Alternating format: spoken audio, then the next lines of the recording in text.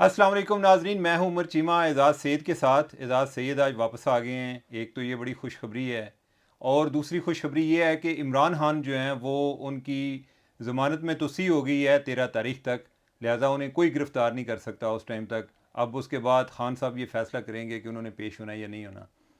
और दो चीज़ें जो आज की हम टॉक शॉक में डिस्कस करेंगे, एक है कि एक सर्वे आया है नया जिसमें जो मुख्तलिफ लीडर्स हैं उनकी एक मकबूलियत के हवाले से है कि कौन कितना मकबूल है, तो उस पर हम बात करेंगे। और जो चेयरमैन नैब नए आए हैं कुछ बातें इनके बारे में होंगी। तो Ejaz sahab, welcome back to the show. बहुत शुक्रिया। हाँ, मुझे पता आप लगा कि आप बहुत हाँ मिस करते हाँ हाँ, रहे। नहीं नहीं, मैं मेरे से ज़्यादा मैंने तो आपको इतना मिस नहीं किया। मसला ये होता है कि ऑडियंस का इशू होता है। अच्छा। ठीक है, वो कह रहे होते हैं, मैं फिर जो है ये मैं तासर ये तो नहीं ना देता कि भाई ये उसका क्यों पूछ रहे हैं ज़्यादा। अच्छा। मैं फिर ये कहता हूँ कि हाँ जी जाद साहब जो है ना वो। अच्छा, मेरे ख्याल में हम सर्वे से बात शुरू करते हैं। अच्छा। सर्वे आपने पढ़ा है, हम्म। तो मैं जानना चाहूँगा कि क्या पढ़ा आपने, क्योंकि मैं तो सीधा सीधा आ रहा हूँ ना इधर यहाँ पे। शायद सर्वे वही है जो आप बातें करते हैं। अच्छा। सर्वे आप अक्सर ये बात कर चुके हैं कि इमरान खान जो हैं वो इस टाइम पॉपुलर तरीन लीडर हैं, ठीक है, मकबूल तरीन लीडर हैं।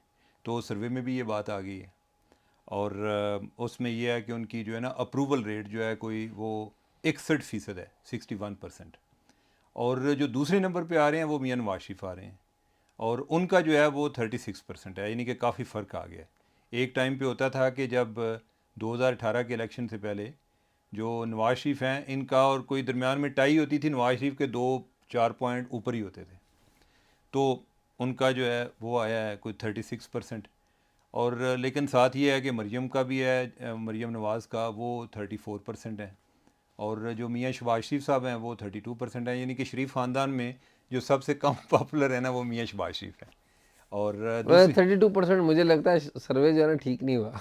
नहीं नहीं, शायद नहीं कि ये कुछ नहीं, ज़रूरी नहीं, मैं स्ट्रगल आप कर, जैसे लोग हर जगह नहीं बैठे लेकिन होते ना। यार चीमा साहब, यार नहीं लोग, शहबाज हाँ, शरीफ किधर, यार जो थर्टी भी टू है, परसेंट बहुत ज़्यादा है नहीं यार नहीं कोई ये। नहीं, नहीं नहीं कोई ऐसी ऐसा ना नहीं करें। चीमा साहब, ये देखें, जाती है। ये देखें हर एक ख़ानदान के ज़्यादा अफराद अगर सियासत में, उनका एक फ़ायदा तो ये होता है ना, कोई एक को पसंद करता है कोई दूसरे को पसंद करता है। और दूसरी तरफ बिलावल भुट्टो हैं। बिलावल भुट्टो जो है उनका भी मेरा है 36% है कि अच्छा, मियाँ नवाज शरीफ का और उनका अप्रूवल रेट जो है वो एक जितना है। बराबर कर दिया। हाँ, तो जो जरदारी साहब हैं उनका ज़रा डाउन है, वो 27% है। अच्छा एजाज़, इसमें कोई और चीज़ें जो है ना वो एक काबिल गौर हैं कि जो इमरान खान है उनका जो सबसे ज़्यादा वो पॉपुलर हैं वो इस टाइम पंजाब में है, अच्छा। ठीक है। केपी में वो बहुत डाउन है इस टाइम। अच्छा। हाँ, ये एक अजीब बात है। लेकिन at the same time Khyber Pakhtunkhwa में नवाज शरीफ भी सबसे डाउन है कि जो उनको जो सबसे कम पॉपुलर हैं वो आप समझें कि खैबर पख्तूनख्वा में है। इमरान खान को एक ये तो एडवांटेज है ना कि वो ओवरऑल उनकी जो पॉपुलैरिटी है वो हर जगह पे है। चारों नून सूबों लीग में। जो है वो पंजाब तक महदूद है और पीपल्स पार्टी जो है वो ज़्यादातर सिंध तक महदूद है, ठीक है। बल्कि अगर हम बिलावल भुट्टो का देखें तो वो सबसे ज़्यादा जो पॉपुलर हैं वो सिंध में ही है, ठीक है। और जो इमरान खान है वो पहले नंबर पे जो उनकी पॉपुलैरिटी आती है वो पंजाब में आती है और दूसरे नंबर पे सिंध में आती है, ठीक है। कि बलूचिस्तान वाले कोई इतना ख़ास उनको नहीं लिफ्ट कराते, कोई इतना ज़्यादा पसंद नहीं करते।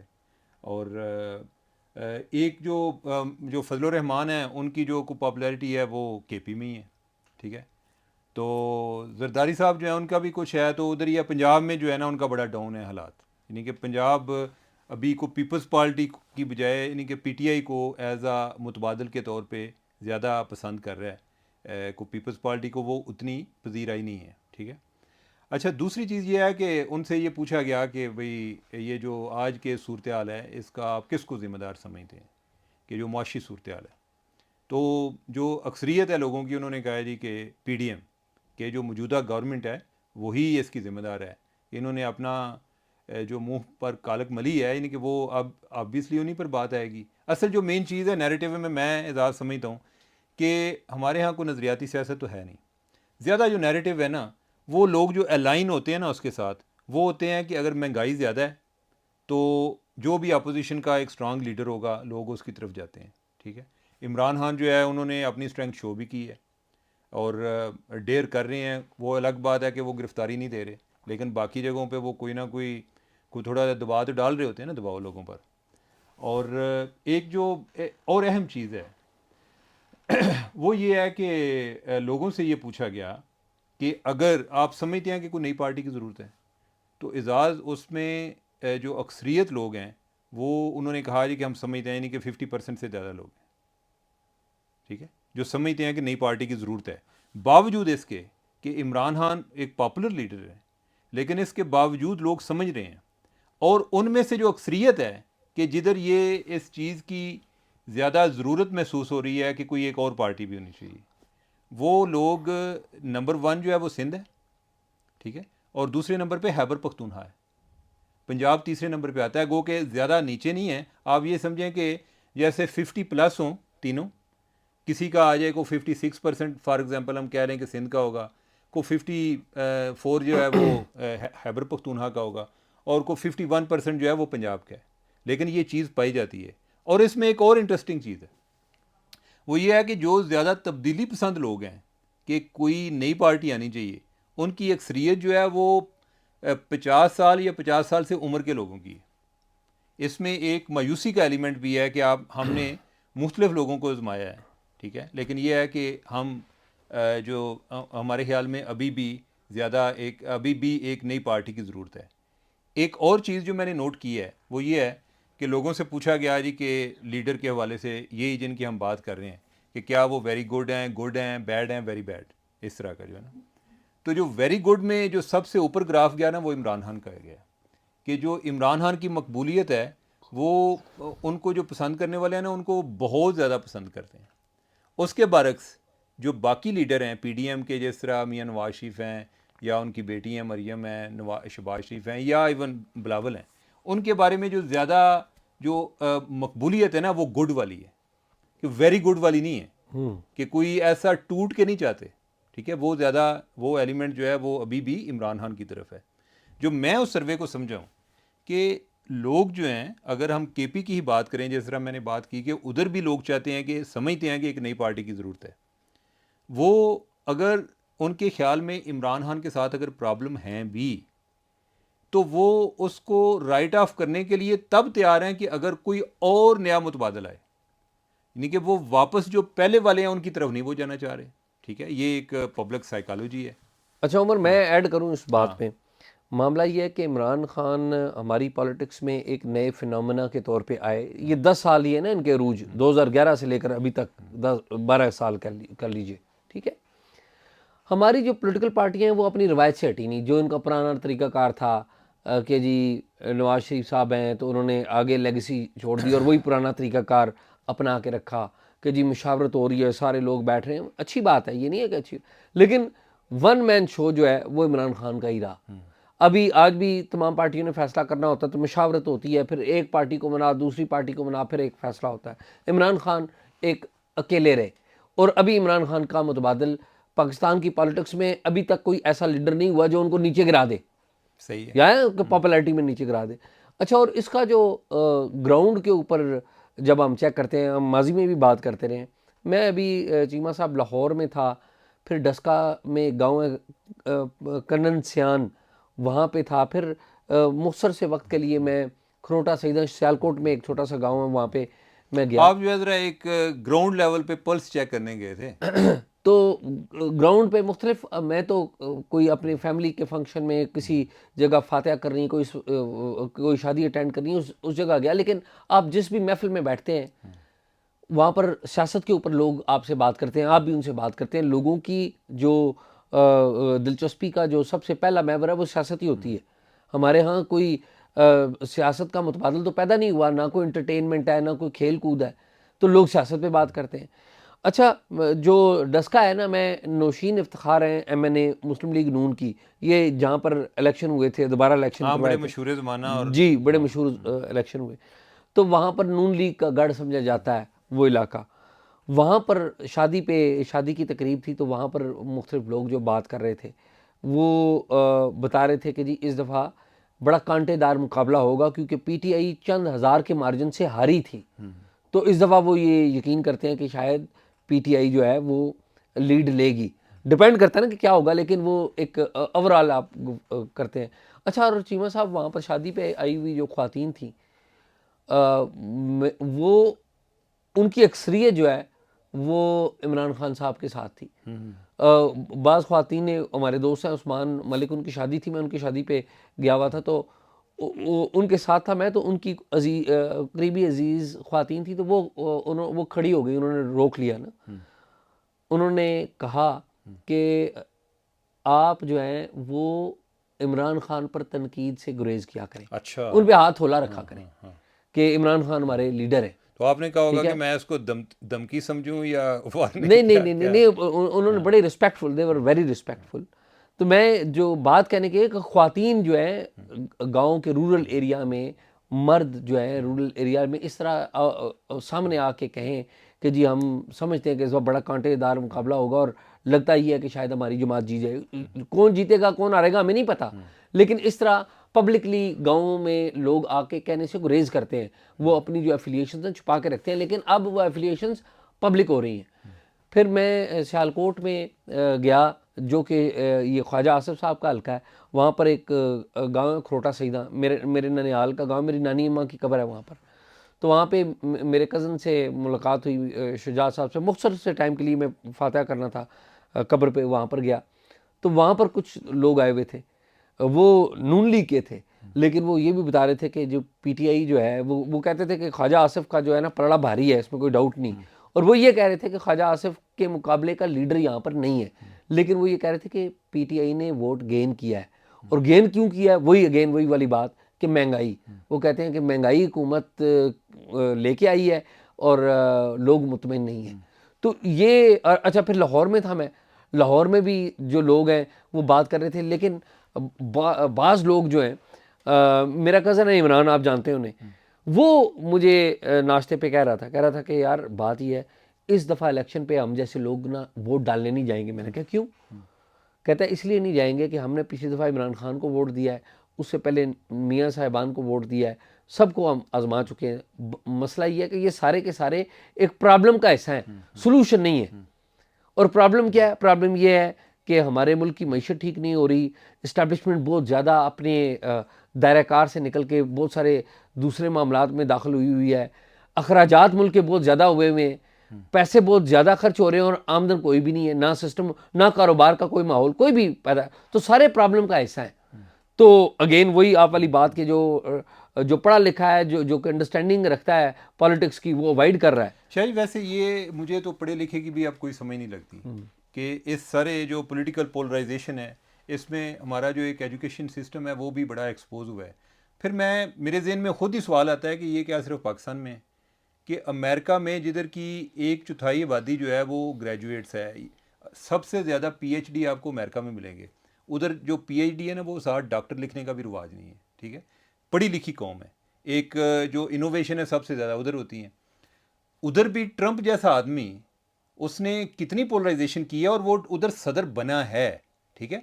लिहाजा ये भी बाज़ मैं हैरान हो जाता हूँ कि अब ये ज़रूरी तो नहीं कि एक अगर मेडिकल एजुकेशन है किसी की, डॉक्टर की, तो वो एक सियासी अंडरस्टैंडिंग भी उतनी रखता हो। ये आप उस बात के ऊपर आ गए। बात ये है कि हम लोग कहते हैं कि जी बड़े पढ़े लिखे लोग हैं, क्या जी इंजीनियर है लड़का, क्या जी डॉक्टर है लड़का, लड़के ने जी मैथमेटिक्स में मास्टर्स किया हुआ है, एमएससी किया हुआ है। ये तालीम उस वक्त तक इनकम्प्लीट है जिस वक्त तक उसके पास पाकिस्तान की पॉलिटिक्स का नॉलेज ना हो। नॉलेज वो नहीं कि कोई लीडर दे तो उसे, यानी कि उसने पाकिस्तान की पॉलिटिकल हिस्ट्री पढ़ी हो, और ये इनके निसाब में होनी चाहिए। और यही वजूहत है कि और एजाज असल में ना एक और चीज़ है, होता ही है कि असल में बेयकीनी की सूरत हाल है। अगर मुझे को पूछे इस तरह की सूरत हाल में, तो मैं क्या सलूशन दूंगा?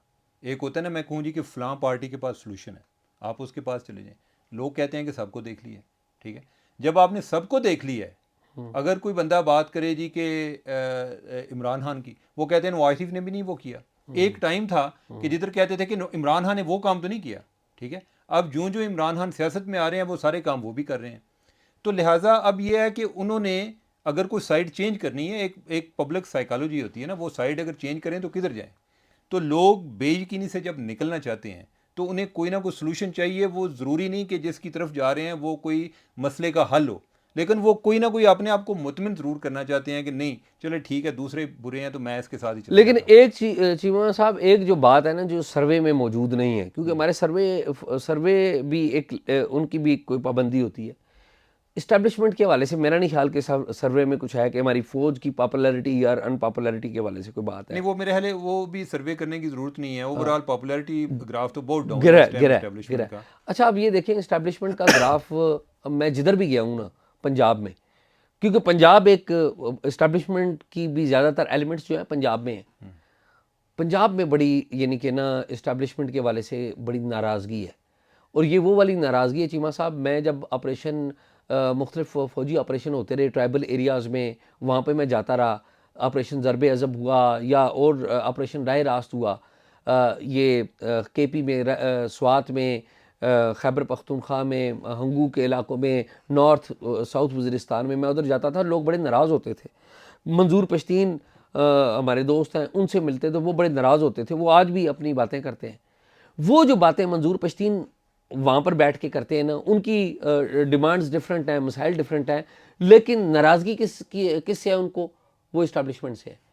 अच्छा, अब उस तरह की आवाज़ें मुझे पंजाब से आ रही हैं कि पंजाब में लोग इस तरह इस्टेब्लिशमेंट से नाराज़ हैं और इस्टेब्लिशमेंट के पॉलिटिकल रोल से ज़्यादा नाराज़ हैं। तो मेरा ये ख्याल है कि इस्टेब्लिशमेंट के हवाले से उन्होंने सर्वे तो नहीं किया, अच्छा, लेकिन लेकिन उसमें जो सर्वे में एक चीज़ है ना, वो ये है कि जो नई पार्टी का जिक्र है उसमें ये है कि सियासतदान और टेक्नोक्रेट्स, ठीक है, तो उस लिहाज से लोग कहते हैं जी कि हाँ ये बात तो ठीक है। अब बात यह है कि जमहूरियत की एक ब्यूटी ये है कि वो एक अवाम की राय को अहमियत देते हैं। ज़रूरी नहीं होता कि अवाम की राय बहुत इन्फॉर्म्ड होती है, लेकिन चूंकि आपने उनके ज़रिए आना होता है तो उसकी अहमियत होती है। तो बाकी वैसे देखें यानी कि ओवरऑल सिस्टम के हमारे यहाँ तो पता नहीं चलता। अब मैं इसमें जो मेन फैक्टर समझता हूँ ना वो महंगाई है। महंगाई अगर ये गवर्नमेंट कंट्रोल कर लेती तो ये पॉपुलर हो जाती। अब जो महंगाई इन्होंने बहुत ज़्यादा बढ़ा दी है, जब महंगाई बढ़ गई है तो पॉपुलैरिटी डाउन हो गई है। इमरान खान की जो है महंगाई लोग रस्ते में भूल गए हैं। तो मेरे ख्याल ये काफ़ी हमने इस पर बात कर ली है। ज़रा चेयरमैन नैब पर बात हो जाए। चेयरमैन नैब चीमा साहब नज़ीर भट्ट साहब को लगाया इन्होंने चेयरमैन नैब। मौजूदा हुकूमत ने, शहबाज शरीफ साहब ने लाहौर में राजा रियाज साहब से मुलाकात की, और आपको पता है उसके बाद चेयरमैन नैब की तैनाती का नोटिफिकेशन जारी हो गया। मैंने पीपल्स पार्टी से पूछा, क्योंकि इम्प्रेशन ये था कि पीपल्स पार्टी ने शायद ये नाम दिया है चेयरमैन नैब का, तो पता लगा कि पीपल्स पार्टी ने नाम नहीं दिया। जिनके ज़रिए नाम जाना था उन्होंने डिनाई किया कि ऐसी कोई बात नहीं। यूसुफ रज़ा गिलानी साहब के कहा जाता है कि मिलिट्री सेक्रेटरी रहे हैं, वो सिर्फ 1-2 महीने, चंद महीने ही रहे। यूसुफ रज़ा गिलानी साहब जब आए तो उसके थोड़ी देर बाद उन्होंने इनको फेयरवेल डिनर दिया और ये चले गए, ये अमेरिका चले गए थे। इनको अमेरिका में डिफेंस अटैची लगा दिया गया था पाकिस्तान के सफारत खाने में। इससे पहले मोहम्मद मियाँ सुमरो जो निगरान हुकूमत थी उनमें ये रहे मिलिट्री सेक्रेटरी, और शौकत अजीज़ साहब जो हैं उनके दौर में बड़े इफ़ेक्टिव मिलिट्री सेक्रेटरी रहे, क्योंकि शौकत अजीज़ साहब जितनी भी अपनी अपॉइंटमेंट्स तो मिलिट्री सेक्रेटरी करते ही है, लेकिन शौकत अजीज़ साहब अपने जो इंतज़ामी बैसियत वज़ीर-ए-आज़म जो बाज़ औक़ात फ़ैसले लेते थे उसमें इनकी अक्सर वो इनपुट दिया करते थे, और इनसे मुशावरत के बाद ही वो फ़ैसले किया करते थे। और मिलिट्री ने भी जो चीज़ें उस वक्त मुशर्रफ साहब हुकूमत में थे, जो चीज़ें प्राइम मिनिस्टर से करवाने होती थी तो ये इनके थ्रू वो जाती थी और ये करते थे। अहम बात ये है कि इनका नाम ना तो पीपल्स पार्टी ने दिया है, ना JUI-FA ने दिया है, ना नून लीग ने दिया है। इनका नाम मेरी इतलात के मुताबिक इस्टेब्लिशमेंट की तरफ से आया है, क्योंकि इस्टेब्लिशमेंट ने कहा कि आफ्ताब सुल्तान को आपने देख लिया है, अब ज़रा हमारा बंदा भी आजमा लें। अब सूरत हाल ये चीमा साहब कि ये ठीक है, इस्टेब्लिशमेंट ने ये नाम दे दिया है और गवर्नमेंट ने इसको ओन भी कर लिया है, ठीक है, शहबाज शरीफ साहब ने ओन कर लिया है। वैसे शहबाज शरीफ साहब से यही तवक्को कर सकते हैं आप ओन ही करेंगे वो। लेकिन चीमा साहब मैं समझता हूँ कि ये जो अपॉइंटमेंट हुई है, इस अपॉइंटमेंट से खुद इस्टेब्लिशमेंट को भी नुकसान होगा और गवर्नमेंट को भी नुकसान होगा। तो वो उनको पहले भी हो रहे हैं। नहीं, और ज्यादा होगा। नहीं तो और ज्यादा होगा। वो पहले ही क्राइसिस में है, वो कहेंगे जी और की हो जाएगा। उमर बात ये है, पहली बात तो ये है कि ये कॉन्फ्लिक्ट है। एक कॉन्फ्लिक्ट क्या है सुन लीजिए। कॉन्फ्लिक्ट क्या है? पहली ये है कि कानून जो नैब का जो है उसमें लिखा हुआ है कि आप नैब सारी करप्शन की तहकीकात कर सकता है, लेकिन अदलिया और फौज की करप्शन की तहकीकात नहीं कर सकता। अब आपने एक फौजी अफसर को बिठा दिया है, शायद वो वो कोई फौजी भी अफसर पहली दफा बिठा रहे हैं। सुन लेना, गलत बिठा रहे हैं यार, पहले भी गलत बिठाया नहीं गलत वाली और नहीं यार पहले भी गलत बिठाया ना यार, क्या आप क्या इस बात की क्या शायद मेरी बात सुने ना, जस्टिफिकेशन नहीं है, बात ये है, बात हम लॉ की कर रहे हैं, ठीक है। लॉ में क्या एक रिटायर्ड फौजी लग सकता है या नहीं लग सकता? लग सकता है। तो वो है ना, यानी कि वो उस लिहाज से तो उमर लॉ के पीछे ना जाए ना, लॉ में एक सुकम है ना, लॉ में एक सुकन है। देखिए, मैं सुकम वाली बात नहीं है, मेरी बात सुने, मैं जो है ना, मैं इस चीज़ पे नहीं कर रहा कि नज़ीर भट्ट साहब जो हैं वो को ठीक होंगे या गलत होंगे।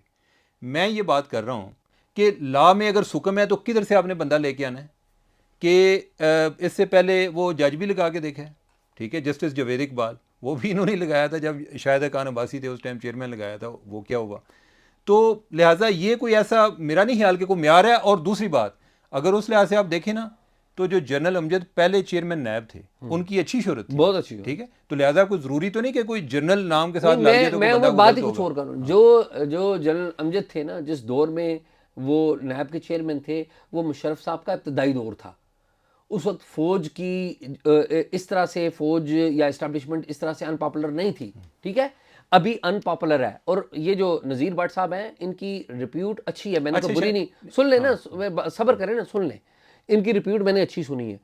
इनका एक्सपीरियंस भी हम बात कर चुके हैं कि मिलिट्री सेक्रेटरी रहे, फिर जब ये मेजर जनरल थे, ये आर्मी का एक बड़ा सेंसिटिव एक डायरेक्टरेट होता है, उसे कहते हैं C4I, ठीक है, कम्युनिकेशन और साइबर और पता नहीं क्या क्या, C4C होती है और आई का मतलब इंटेलिजेंस, ठीक है। C4I ये उसके सरबराह भी रहे हैं।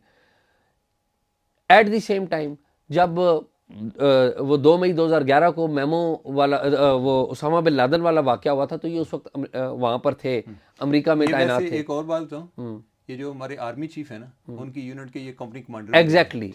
तो मेरे ख्याल है कि अब देखते हैं, आइंदा पता चलेगा। ये सिर्फ अपॉइंटमेंट से, ये तो एक फैक्ट है कि आफ्ताब सुल्तान जो हैं, इसमें कोई शक नहीं है कि बड़े इंटेग्रिटी वाले आदमी थे, लेकिन जो गवर्नमेंट है उसको इतना आज़ाद आदमी भी नहीं चाहिए था कि जो अपनी मर्जी से केस चलाए, यही एक प्रॉब्लम था ना। अब एक कॉमन सेंस गैस यही है कि इसी के लिए लाया कि केस स्पीड अप करें। अब वो किधर गलत करते हैं, यानी कि मैं कोई बहुत ज़्यादा तवक्कुआत नहीं रखता कि वो बहुत अच्छे साबित होंगे, लेकिन हो सकता है कि वो हमें सरप्राइज़ भी दें कि हम जो आज बातें कर रहे हैं वो बिल्कुल गलत हों, वो एक बिल्कुल डिफरेंट आदमी हो। तो देखें, मेरे हाल मैं आखिरी 2 बातें करूँगा।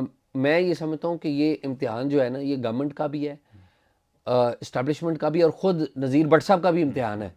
क्योंकि अगर वो ज़रा सा इधर उधर करेंगे तो मेरा नहीं ख्याल कि एनीबडी वुड स्पेयर। अभी सूरत हाल ये है कि इस्टेब्लिशमेंट को और इस्टेब्लिशमेंट के बड़े अफसर, आर्मी चीफ को और बाकी DGI को इतनी ज़्यादा तनकीद कर रहे हैं सोशल मीडिया पे, तो इनको छोड़ेंगे? अगर आपके ख्याल में इनको ना लगाते तो तनकीद खत्म। मैं ये कह रहा हूँ तनकीद होती रहती। मैं ये अर्ज कर रहा हूँ कि आफ्ताब सुल्तान को लगाया था तो गवर्नमेंट ने नाम अच्छा कमाया था ना, तो उस तरह के अफसर क्या नहीं रहे थे सिविलियन अफेयर में? इस्टेब्लिशमेंट को तो आगे तनकीद हो रही है, आप उनको और तोपों में क्या आगे डाल रहे हैं, और इस्टेब्लिशमेंट कह रही है कि हम एपॉलिटिकल हो गए। तो फिर उनको इस तरह के नाम, मेरा नहीं ख्याल कि इस तरह के नाम अगर गवर्नमेंट भी दे तो तब भी इस्टेब्लिशमेंट को नहीं मानने चाहिए थे। लेकिन अब आ गए हैं, we wish him good luck कि वो अच्छा काम करें। आगे नैब की अपॉइंटमेंट्स भी होने जनाब चेयरमैन नैब साहब एजाज सैयद आपको बड़ा गौर से देख रहे हैं, आपकी कारकर्दगी को हम मज़ीद इस पर बात करेंगे। तो आज के लिए इतना ही काफ़ी। नाजरीन, अपना फीडबैक ज़रूर दीजिएगा, और कोई हमारे साथ कोई इन्फॉर्मेशन शेयर करनी हो तो talkshock777@gmail.com पे हमें ज़रूर भेजिए। हमें इजाज़त दीजिएगा। खुदा हाफिज़।